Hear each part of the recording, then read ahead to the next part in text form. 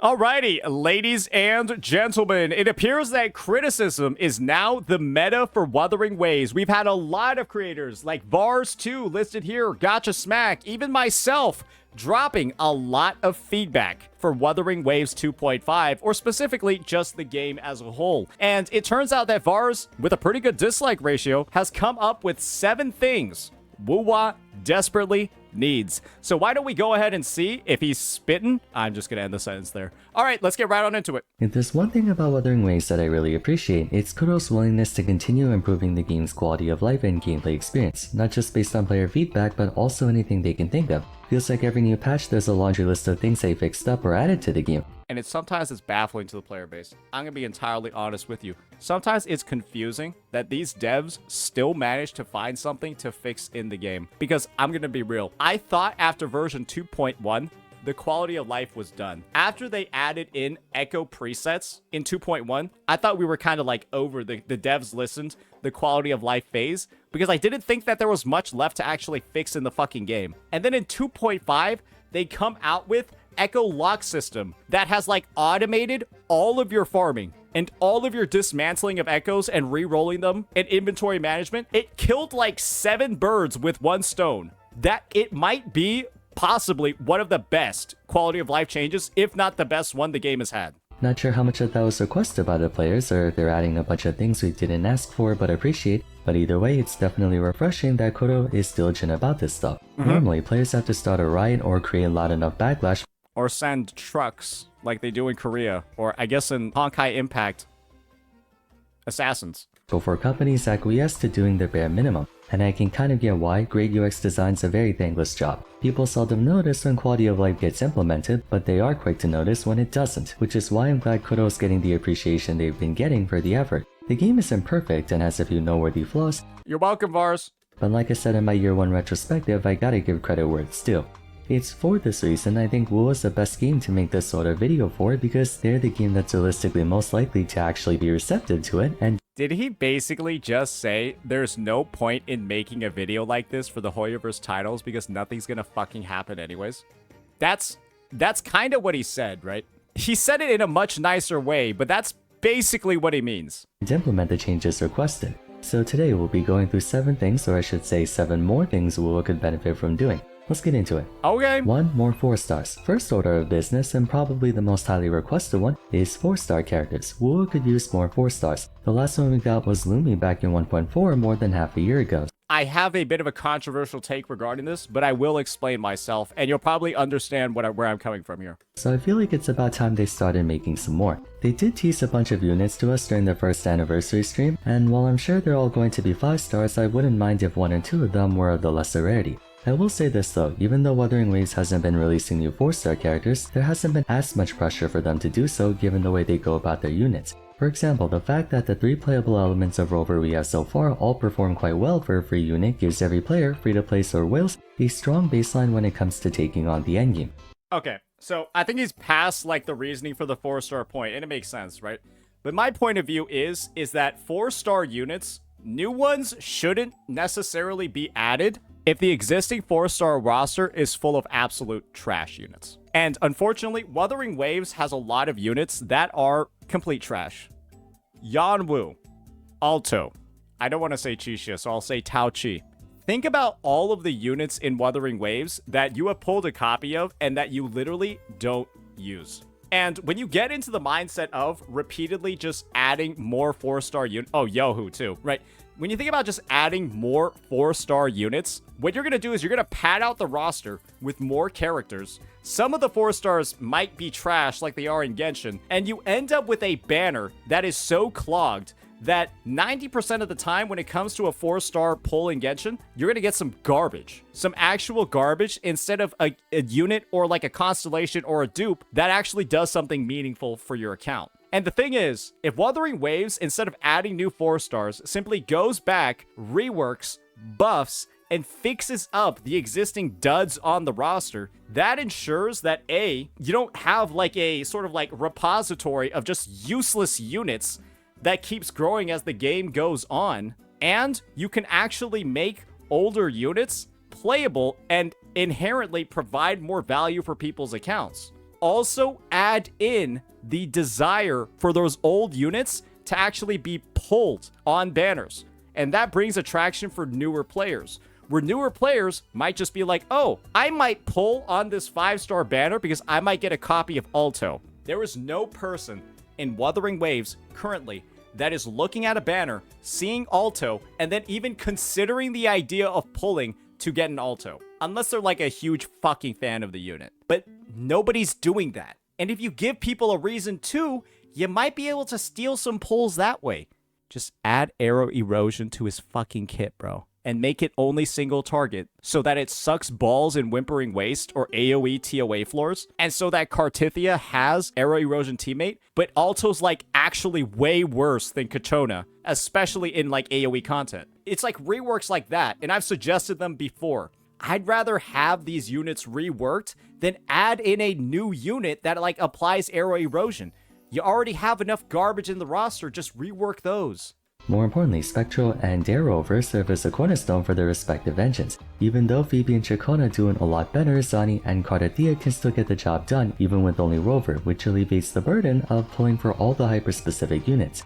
That is true, but you also run into a situation of, okay, what if I have both Zani and Cartithia? What if I already have both of them, and I want to use both of them at the same time? And this is where kind of like the second solution comes in, is I frequently said that Rover should just be separated out into or have 10 points of energy for each form that they have, right? Like in the TOA, each form of Rover has 10 individual points of like stamina. In Whimpering Waste, you can like slot in Rover on both, like just something like that, right? Seems bad for profit. Well, in the same vein that you could say this hurts profit, you could also say, I'm not pulling Chacona because I'm already using Spectral Rover on my Zani team. So because I'm not going to have Arrow Rover free for Cartithia, I'm just not going to pull her. But if Arrow Rover was free to use on both teams at the same time, then now somebody would actually be like, oh, I might pull Cartithia and Chacona now. Have you thought about that? On that front, WuWa's teams consist of only 3 party members as opposed to the usual 4 or 5 that most other games have, meaning— What? Cart doesn't need team members? Just shut up. You know what I'm talking about. But my S2 Cartithia is actually able to solo all the content. Nobody cares. there's one less character you need to work on per team to get them off the ground. In addition, with most players having Verena on their team, and Verena being able to work for literally any party on a competent level at worst, the need for new 4 stars isn't too imperative. He's right about this as well. And I'm glad that he's tempering the critique like this by not over-exaggerating issues, and then also just being entirely honest about the state of the game. Wuthering Waves, it would be nice if it had new 4 stars. Functionally, though, it kind of doesn't really need to, right? It would be a nice thing to have. It's not going to, like, fucking break the game if it doesn't happen soon. It's a minor issue. That, and I'm pretty sure WuWa gives enough free asteroids per update to allow players the ability to pull for new 5 stars at a decent rate. It's a pretty good rate, to be honest. And for those who have been playing since day 1, they'll have gotten the 5-star select, as well as the free 5-star we got as an apology for the rocky initial launch, and of course, Shangliao in version 1.2. Encore Shangliao and Verena are still extremely present in the metagame. All the same, most of version 1 saw general team building with most characters being usable interchangeably with each other. For example, Sanhua and Verena being in almost every single party. But now that we're entering more specialized combat engines like Mono Fusion, Mono Arrow, Mono Spectral, it would be nice if they gave players a couple 4-star options to keep up with that. Yeah, it's like the countering point always is, you never need the Mono Fusion team to clear content. You never need the Mono Spectral team to clear content. You never need the Mono Arrow team to clear content, right? It gets cleared at the same exact rates, potentially even faster by some teams that aren't even running those setups, right? And it's kind of like the idea of like mono teams is like inherently premium because you are not using a generalized support in that team anyways. So it's almost meant to be like an expensive team when there are clearly more low budget ones with more shareable units that still clears the content anyways. And it's almost like having like this premium option that you're looking to get like a slight discount on. And it's like, is there even a point in the first place? Like, you can kind of see where that argument is coming from, right? It almost makes you wonder, like, what's, like, the point when it's inherently premium anyways? The current lineup of Sanhua, Mordefi, Danchin, Baizhi, Chisha, the Mono Havoc is not there. I mean, that's the thing, right? Mono Havoc's there too. Rovers and Yang Yang do a good enough job holding down the fort. However, more is always helpful. As for what kind of 4-star we would need the most, I'm honestly not sure. For Havoc teams, Danchin and Havoc Rover can work as a pair, and the former can play well with other Havoc units like Camellia and Frolova, so that's covered. Spectra teams have Spectrover and Verena. Again, Zani would like Vivi, but it's still usable. Air Ocean has Air Rover. Glacier teams have Baizhi. Fusion teams have Encore. Why did bro just bring up Baizhi like she ain't some big old piece of shit, brother? Nah, glacial teams don't got Baizhi. What the fuck are... Come on, man. Like, I guess this is the thing. Baizhi is the only character in the game that buffs glacial damage, other than Jeju. So he's not wrong.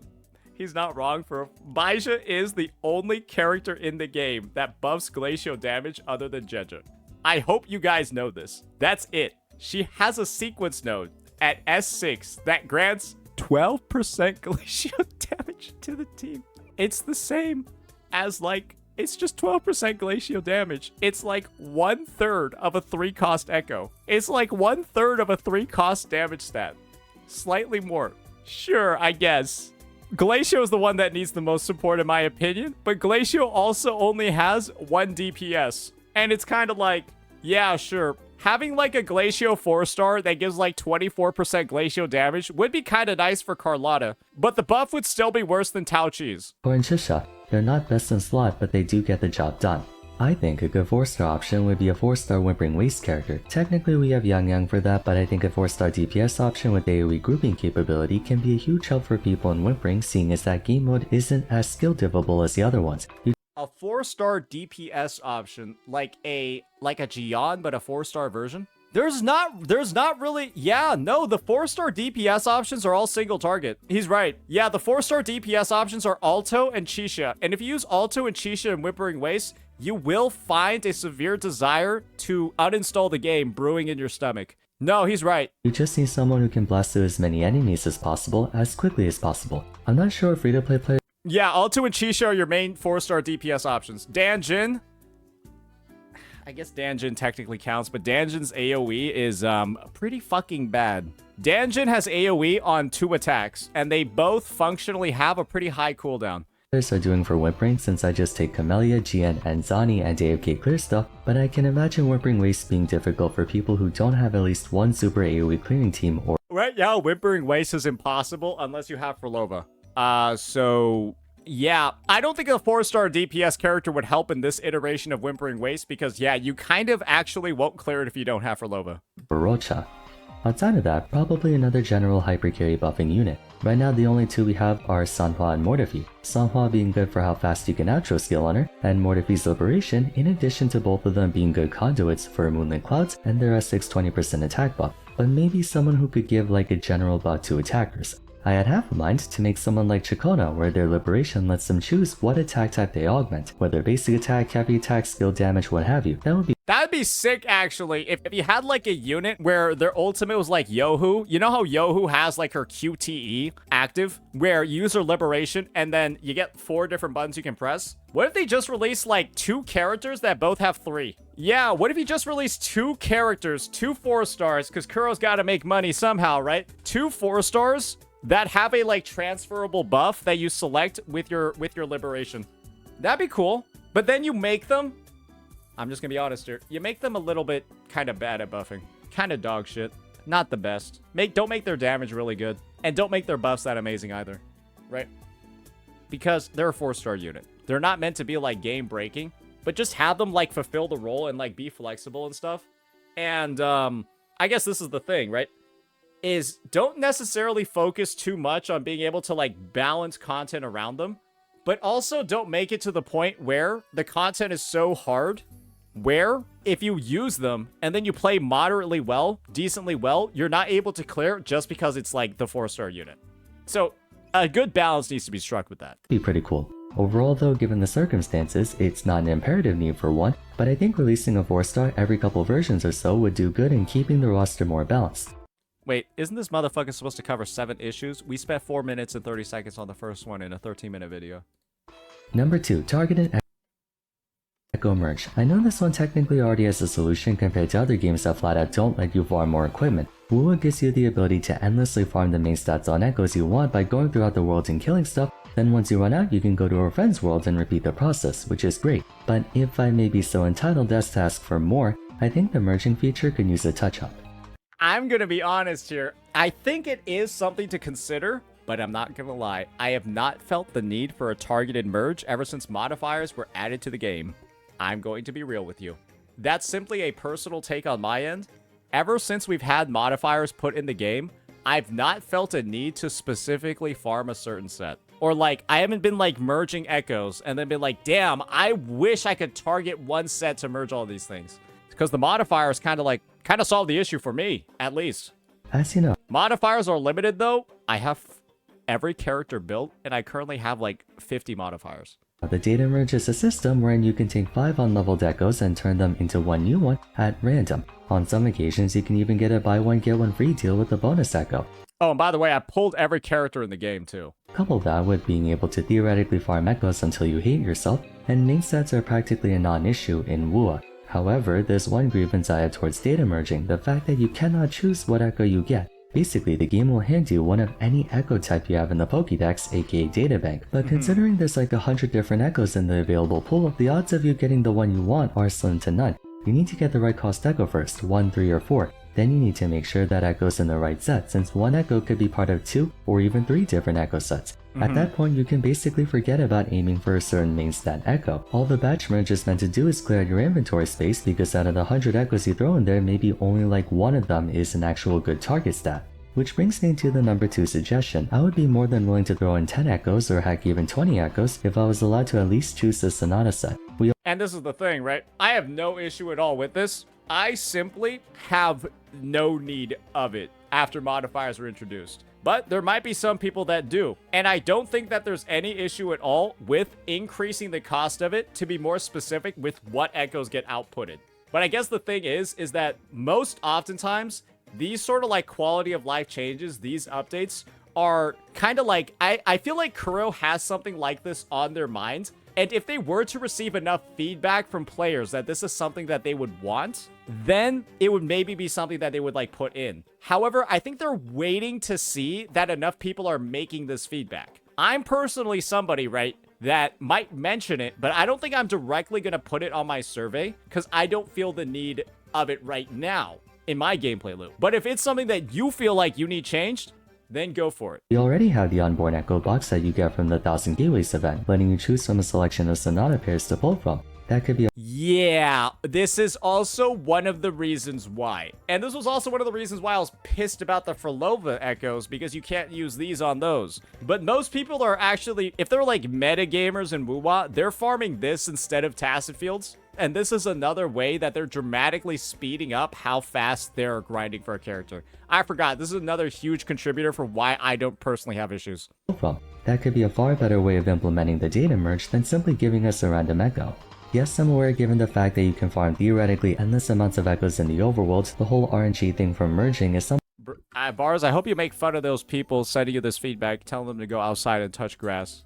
Because yes, doing it in the video game like what's happening on the B-roll doesn't count. of a non-issue, but the point of quality of life is convenience at the end of the day. Small of a change this might be, I feel like it's not beyond the realm of possibility for Kuro to implement it. Number 3.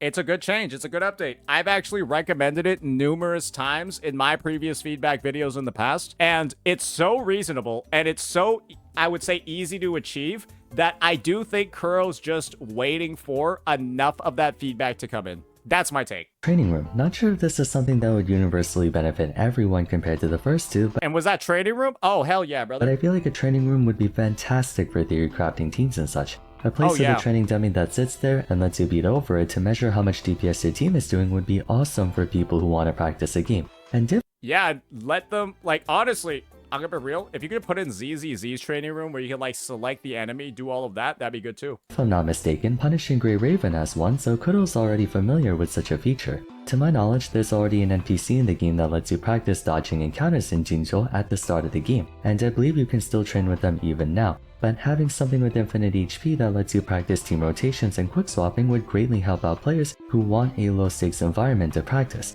Granted, real enemies don't just stand still and let you do your thing, but WuWa definitely has a steeper learning curve as far as combat goes. Some characters have fairly elaborate rotations that take a good bit of practice to be fast with. I'm aware every unit has a tutorial mode where you can try their combos and stuff out, but those don't allow you to bring teammates of your choosing, nor do they let you test different rotations or combinations to see which one has the highest damage.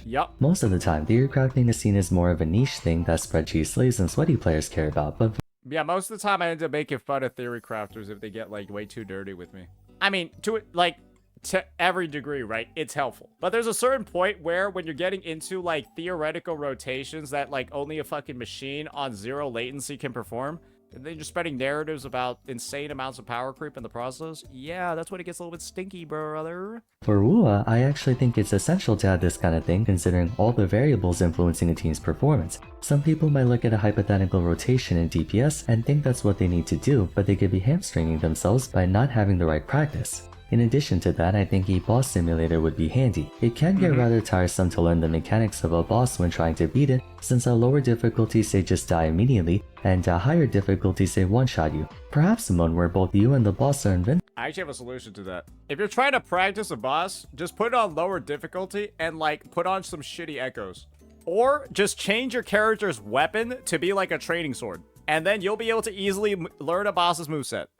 And you're just practicing dodging and parrying certain things would be a good way for players to get the hang of bosses without having to go through the tedium of resetting over and over again. Although, I suppose ever since they made it so energy is brought to full at the start of each hologram, you can just keep throwing yourself at the boss until you eventually get the hang of it. But I think Kuro actually needs to... I'm gonna be honest here. You guys might think that there's something wrong with me for making this suggestion. I think Kuro needs to nerf the hologram energy restart. I don't think it should give you full concerto. I don't think the hologram restart should give you full concerto on your entire team. I'm going to be real here. Having full concerto on all of your units kind of like fucks up your team rotation. You wanna know why? You actually cannot play Camellia properly in holograms because you will always have Ephemeral ready to go when you intro in on her. When you are supposed to, like, build up pistols and stuff. Characters' rotations are kind of, like, built around. Some of them are built around Concerto, and it feels very weird. I think it just promotes kind of bad gameplay habits and kind of, like, just weird stuff. And it feels like it's not right. That's just my take. I'm all for keeping 100% resonance energy, but the whole, like, Concerto piece is, like, I don't really get it. I don't really get why it's in there. But either way, a training room would be certainly worthwhile. Again, quality of life additions are less about what is immediately necessary and more about what's nice to have. Number 4, Waveplate condensing. Okay, now I'm having some retards in here telling me, Well, holograms aren't rotation-based. holograms are literally rotation-based. Everything in the game is rotation-based. What do you mean? What? Are you saying that the meta in holograms is to go in and not activate your outro skills? Then why the fuck would they even have Concerto given to you at the start? Are you guys, like what are you guys even talking about? Yes, you can do a hologram without doing a rotation. That is true. But most people, when they're doing a hologram, are doing a fucking team rotation.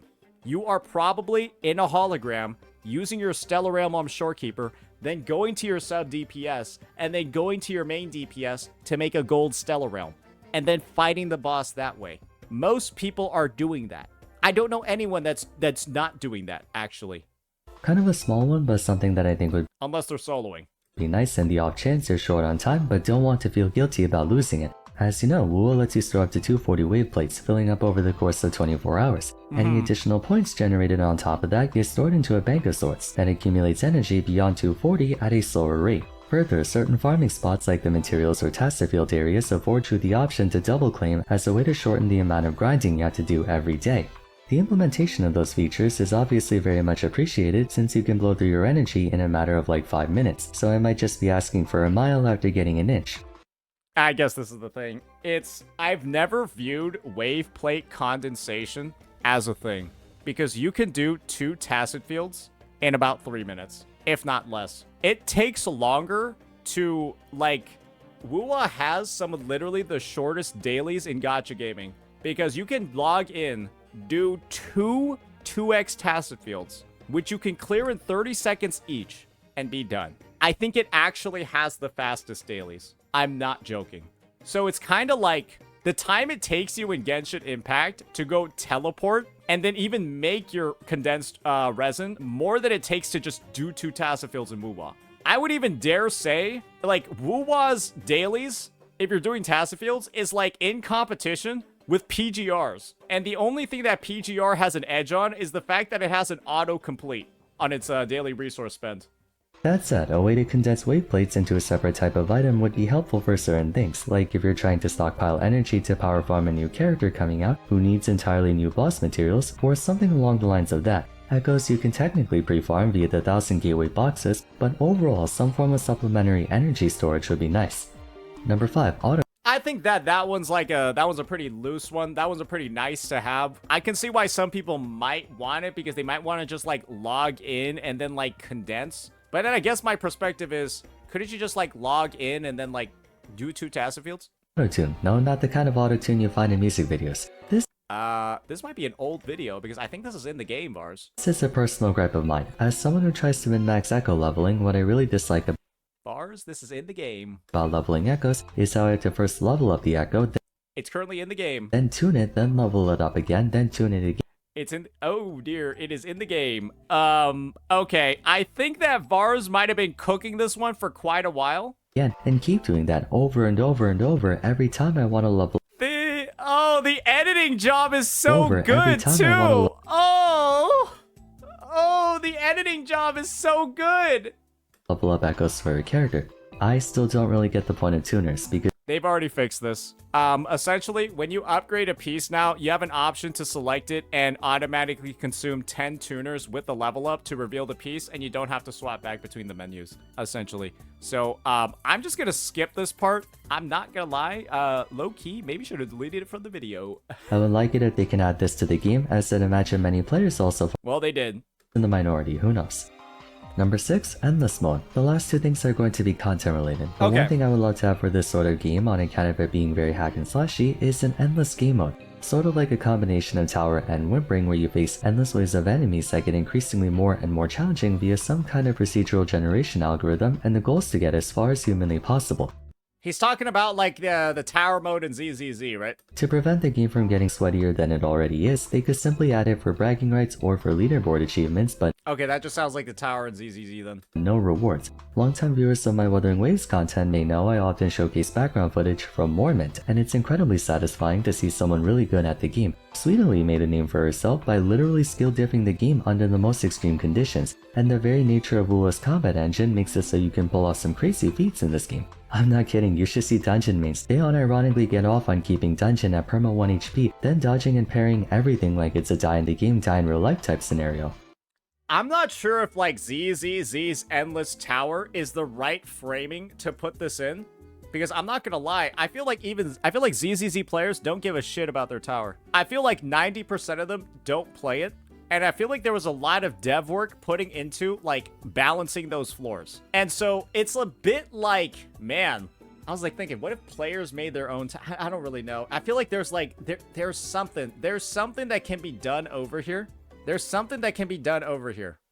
In any case, Endless Mode offers players a chance to see how long they Isn't it the same shit over and over again? Yeah, like, I guess that's the thing. It's like, I think the Endless Tower itself gets like a little bit stale for a good bit of people. So that's why they don't do it. I guess there's not a lot of stuff in WuWa, at least when it comes to like the end game, at least for me, that's like untouched or like kind of seems like an artifact. I feel like there's quite a few things in a lot of gacha games that feel like almost artifacts, where they like were implemented with like a certain idea, and then just think about like co-op and PGR, they like literally fucking removed it, right? I guess they want to make sure that they're like investing in the right part of development when it comes to WuWa, and they don't end up with like those same type of things that like people are asking why they even got added in the first place. They can hold out before enemies eventually get too numerous and too powerful for them to last any longer. I got this idea from stuff like Paper Mario the 1000-Year Door's Infinite Pit of 100 Trials ROM hack and Pokerogue. People go crazy for those games, and I can imagine a whole new niche of content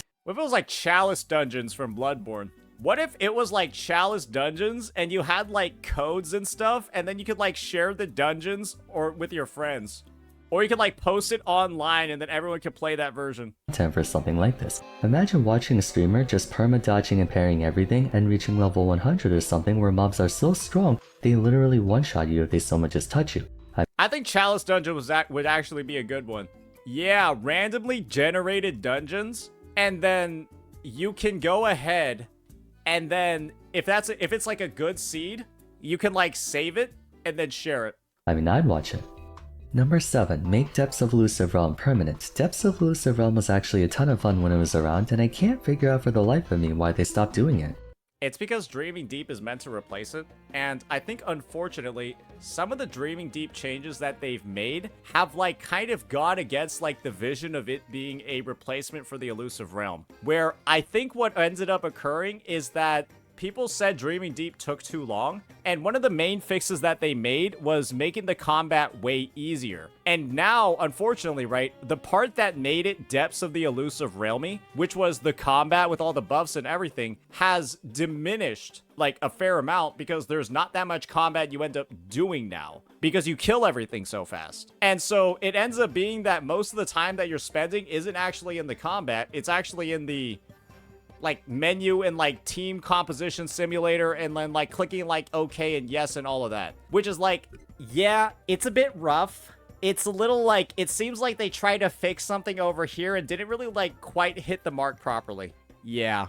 It used to be a big thing back in version 1 where we had it for version 1.0, 1.1, 1.2, and 1.4, but ever since they brought in the Fantasy 1000 Gateways thing, which I suppose is meant to be a spiritual successor, they never brought back Illusive Realm. I think Dreaming Deep is the successor. Well, surely they can have both of them. Having a long-term progress thing in Wuthering Waves would be nice. I'm all for rotating game modes like Tower and Whimpering and whatnot, but as someone who grew up playing MMOs, I'm a sucker for continuous progress. Something that makes me feel like my account now is much further in progression than 6 months ago in more than just how many characters I have. I think that's something all gachas stand to benefit from in general. It would be nice to have something in the game that makes people feel as if they're making steady progress towards an ultimate goal, instead of everything feeling like a routine that refreshes every so often. I think it just needs to be balanced with not making it seem like it's insurmountable or it's impossible to catch up to older players. I think one of the big appeals and one of the big draws of a gacha game is actually the fact that you literally can like pay to catch up to other people,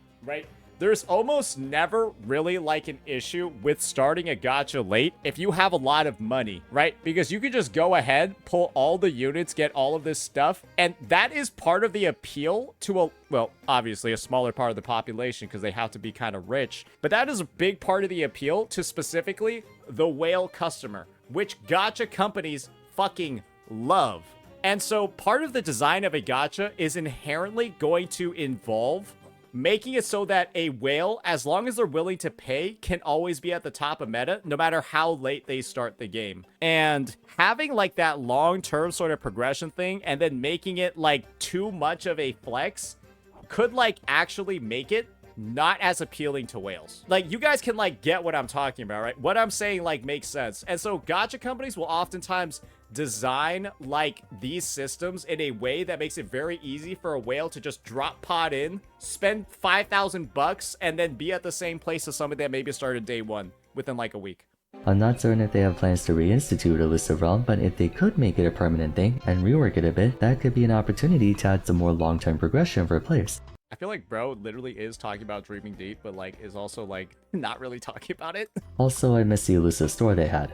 Anyway, those are the 7 things I believe would be great for Wuthering Waves. Of course, there are way more than 7, but we'd be here forever then. Let me know in the comments below what quality of life updates or features you think they should add to the game. I'd like to hear what you have to say on this. As always, if you enjoyed the video, a like and subscribe would be much appreciated. Don't forget to follow me on Twitter @FarsVer and join my... Alright, well, he's just getting into the outro now. Yeah, I would say this is a relatively big W vid from Vars. The only thing is unfortunately, right, I don't know what happened with like the editing or whatever, but the whole tuner situation, right? It's, yeah, that's already been added to the game. And so the thing is, I think all of his suggestions are on point. I think his reasoning is on point as well, but maybe like different ways of solving the problems that he's indicated. So I've just simply shared a difference of opinion over here, but I think we're all pretty unified on what the overall vision is for how to fix Wuthering Waves. As you can probably tell, some of these are a bit lower in scope, and some of these are really like considered like nice to haves, especially when we've already had and gone through, right,